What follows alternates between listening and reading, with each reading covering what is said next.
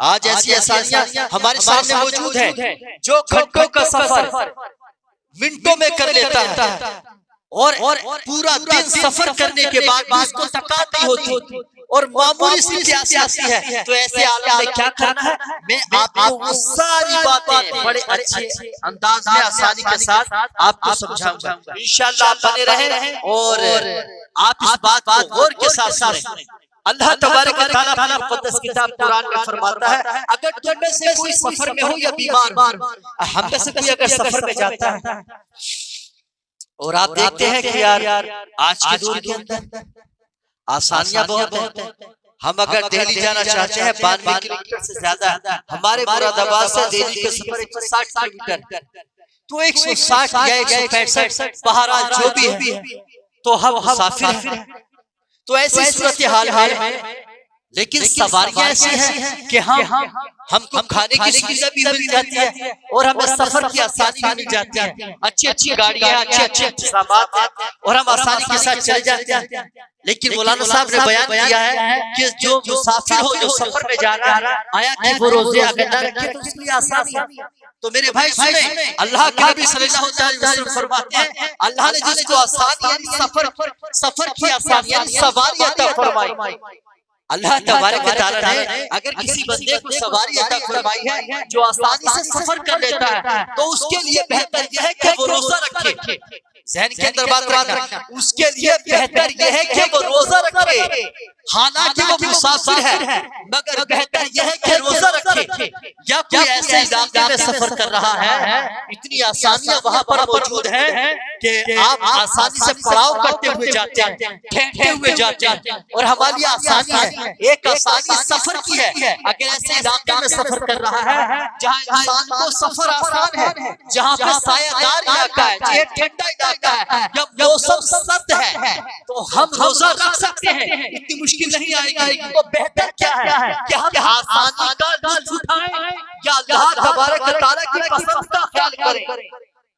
तो मेरे भाई, तो हमारे लिए बेहतर यह है कि हम रोजा रखें। अगर हम ऐसे सफर में ट्रेन में जा रहे हैं, मजे से हैं, और हम हवाई जहाज में जा रहे हैं, बहुत मजे में हैं, तो हम घर से निकल गए, यार हम तो सफर पे जा रहे हैं, हम सफर पे जा रहे हैं, हमको इजाजत है कि हम रोजा रखें, खा रहे पी रहे, मस्ती मार रहे, कोल्ड ड्रिंक पी रहे, माह रमजान है। यार तुम मुसलमान हो, अगर आपने रोजा नहीं रखा है तो रोजेदार की रिस्पत तो बना लो, आप रोजे का एहतराम करो, अल्लाह के लिए बात को समझे। हमने बहुत सारे अपने भाइयों को, बड़े मुसाफिरों को, उलमा को, हुफ़ाज़ को देखा, इल्म रखने वाले उन नादानों को हमने देखा ट्रेनों में खाते पीते हैं कि लोग हम यहाँ मुसाफिर हैं, खा रहे हैं, मस्तियाँ करते हुए जा रहे हैं, लोग देख रहे हैं, मौलाना लोग खा रहे पी रहे, रोजा नहीं रख रहे। बस हमने पहली आयत के जुमले को पकड़ लिया। अल्लाह तबारक व तआला फरमाता है, अगर तुम सफर में हो तो रोजा आपको इजाजत है, आप ना रखें, आसानी का मजा लें। हम तो आसानी एंजॉय कर रहे हैं, इसलिए अल्लाह ने हमें आसानी अता फरमाई है। अल्लाह ने ये भी तो फरमाया है, वा तसुमु खैरुल लकुम, ये तुम्हारे लिए बेहतर है अगर तुम रोजा रखो। अगर तुम्हारी आसानी है तो रोजा रखें। अल्लाह तबारक व तआला फरमाता है, अगर तुम में से कोई बीमार है या सफर में है, ऐसा बीमार जो अगर दवाई खाता है, अगर इंसान तो बीमारी बढ़ जाएगी, मुश्किल में पड़ा हुआ सख्त बीमार है, या किसी अच्छे तबीब ने बता दिया,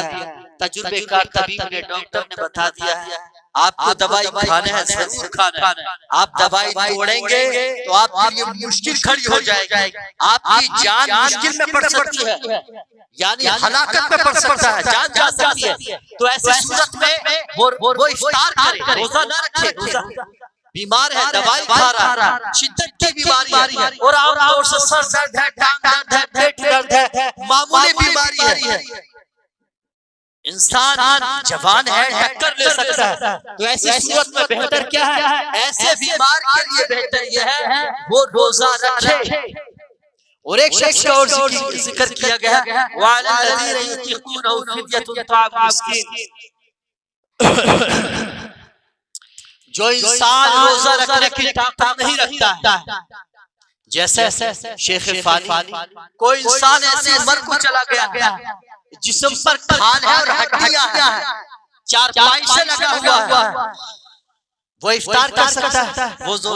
वो रोजा न रखे तो कोई खराबी नहीं। ऐसा हमारा कोई बुजुर्ग है, बेचारा बहुत कमजोर है, उसकी रोजी खुराक बहुत थोड़ी हो गई है, बुढ़ापे के आलम में हाथ पांव जवाब दे गए, चलना मुश्किल हो जाता है, बगैर थोड़ा बहुत खाए या बगैर दवाई के उसकी जिंदगी आगे ना गुजर रही है। अगर ये शेख फानी ये हमारा बुजुर्ग है जो इस हाल को पहुंच गया और बुढ़ापे की तरफ जा रहा है, सीधा होने की उम्मीद भी नहीं है, कोई गुंजाइश नजर नहीं आ रही है, बस जिंदगी जी रहा है, अल्लाह का हुक्म है, बुढ़ापे में जिंदगी गुजार रहा है, तो ऐसे शख्स को इजाजत है इफ्तार करे, मतलब वो रोजा ना रखे, आराम से खाए पिए, बुढ़ापे का आलम,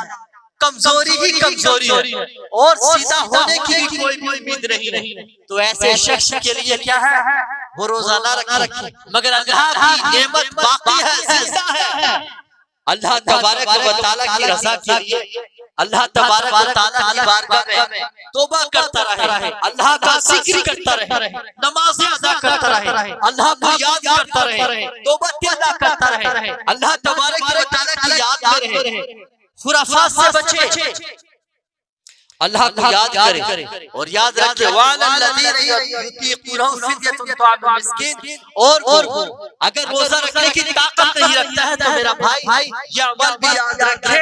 वो आधा सा फिदिया देता रहे, हर रोजे के बदले में किसी गरीब किसी मिस्कीन को फिदिया दे, आधा सा 175 रुपए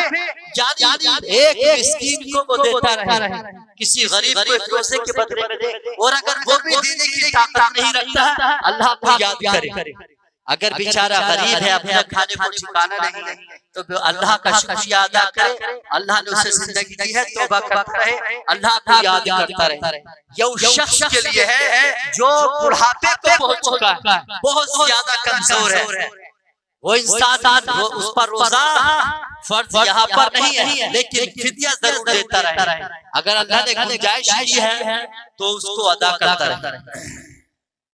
अल्लाह तबारक व तआला मुक़द्दस किताब कुरान में फरमाता है, फमन शहिद मिनकुम अश-शहर फल्यसुम, जो भी तुम में से रमजान का महीना पाए, चाहे वो जवान है, चाहे वो बूढ़ा है, चाहे वो मर्द है, चाहे वो औरत है, अल्लाह की खुशनुदी के लिए तुलुए फजर के बाद से लेकर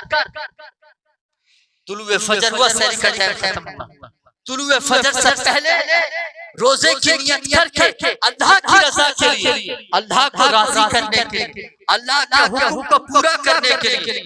खाने पीने से मुजावज़त से नफ्सानी ख्वाहिशात से रुक जाए, अल्लाह की खुशनुदी के लिए ये रोजा कहलाता है। मर्द औरत और वो औरत जो है जो निफास से फारिग है, जैसे बच्चा पैदा हुआ है और उसको और वो निफास में है, जो उसकी आदत के दशा में खून जारी है, और जो उसके दिन अगर पूरे हो जाते हैं, निफास के दिन पूरे हो जाते हैं, और जो महाना औरत को माहवारी होती है, खून आता है, उससे जब उससे आकर वो नापाक है, पाकी के आलम में नहीं है, पाकी की हालत में नहीं है, तो हमारी वो बहन, हमारी वो माँ याद रखे, उस सूरत में उसे रोजा न रखने की इजाजत है, उसे उस सूरत में रोजा न रखने की इजाजत है, लेकिन पाक हो जाए तो वो रोजा रखे। लेकिन मेरी वो प्यारी बहन इस बात को याद रखे, वो इस चीज की एहतियात करे, इन हालात में वो रोजा न रखे, लेकिन बाद में सुभान अल्लाह उन रोजों को अगर रखे, सुभान अल्लाह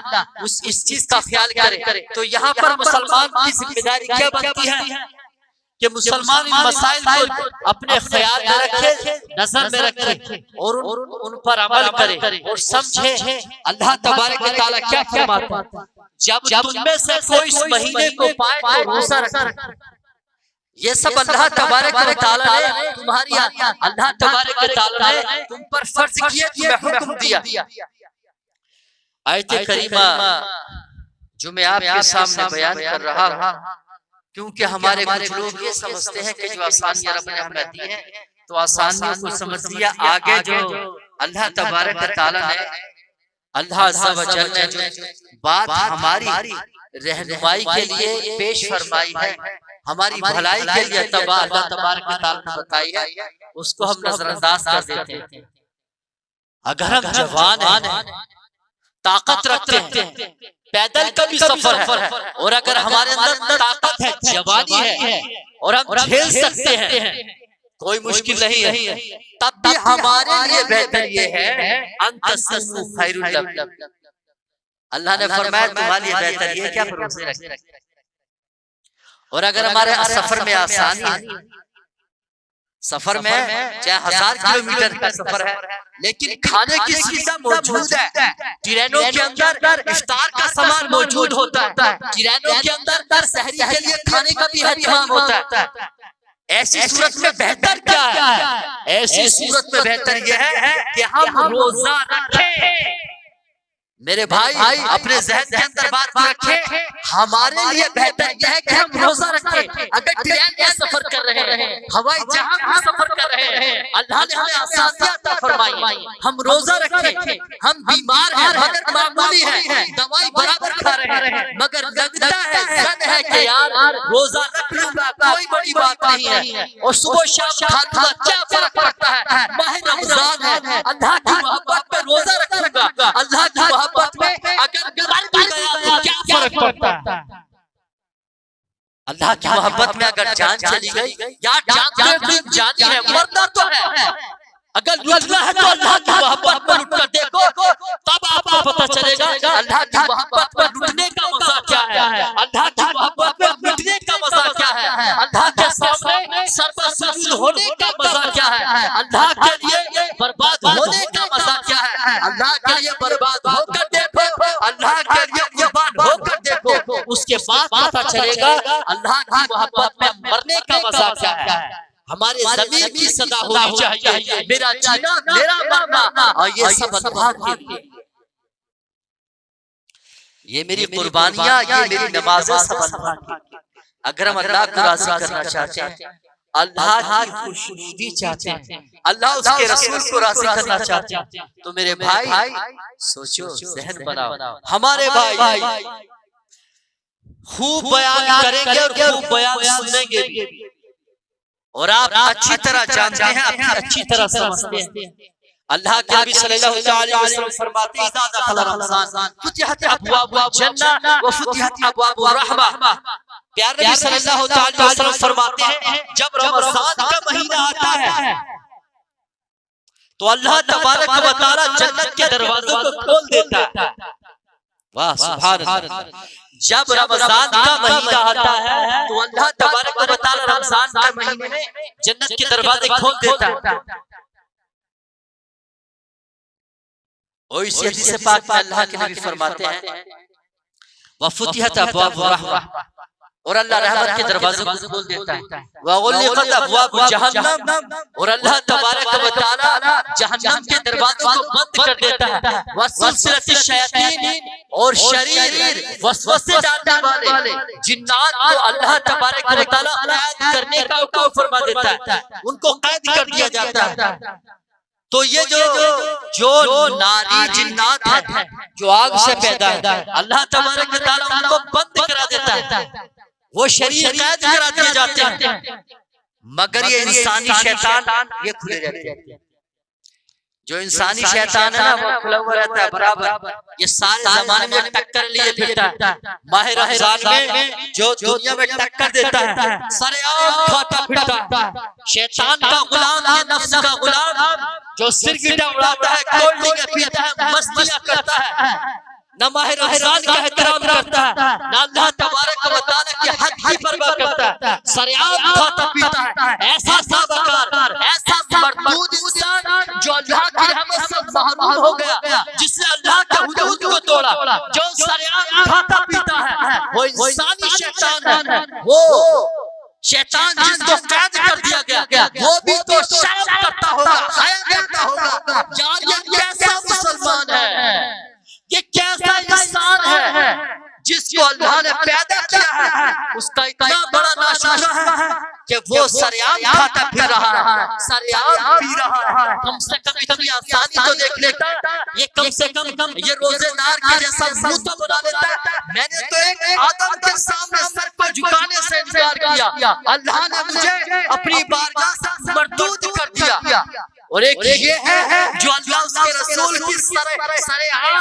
सरे मैदान में फरमानी कर रहा है। अल्लाह तबारक व तआला से कितना खफा होगा, अल्लाह से कितना नाराज होगा, इसको अंदाजा हो जाएगा। जब अल्लाह तबारक व तआला की बारगाह में पेश होगा तो इसको अंदाजा हो जाएगा कि अल्लाह तबारक व तआला का अज़ाब कितना बड़ा है, अल्लाह तबारक व तआला का अज़ाब कितना सख्त है, इसको सब मालूम हो जाएगा। वहां ना कोई शक्ति होगा, ना कोई यार मददगार होगा, ना कोई हाथ पकड़ने वाला होगा, ना कोई उसको बचाने वाला होगा। अल्लाह तबारक व तआला की बारगाह में सब कांपते होंगे। अल्लाह तबारक व तआला की बारगाह में नफ्सी का आलम होगा, हर एक को अपनी जान की परवाह होगी। अल्लाह तबारक व तआला का खौफ उन पर ऐसा तारी होगा, अपनी जान की फिक्र करते होंगे। अल्लाह इतना गज़बनाक। मेरे भाई जरा समझे, जरा सोचें और अपने आप को संभालें।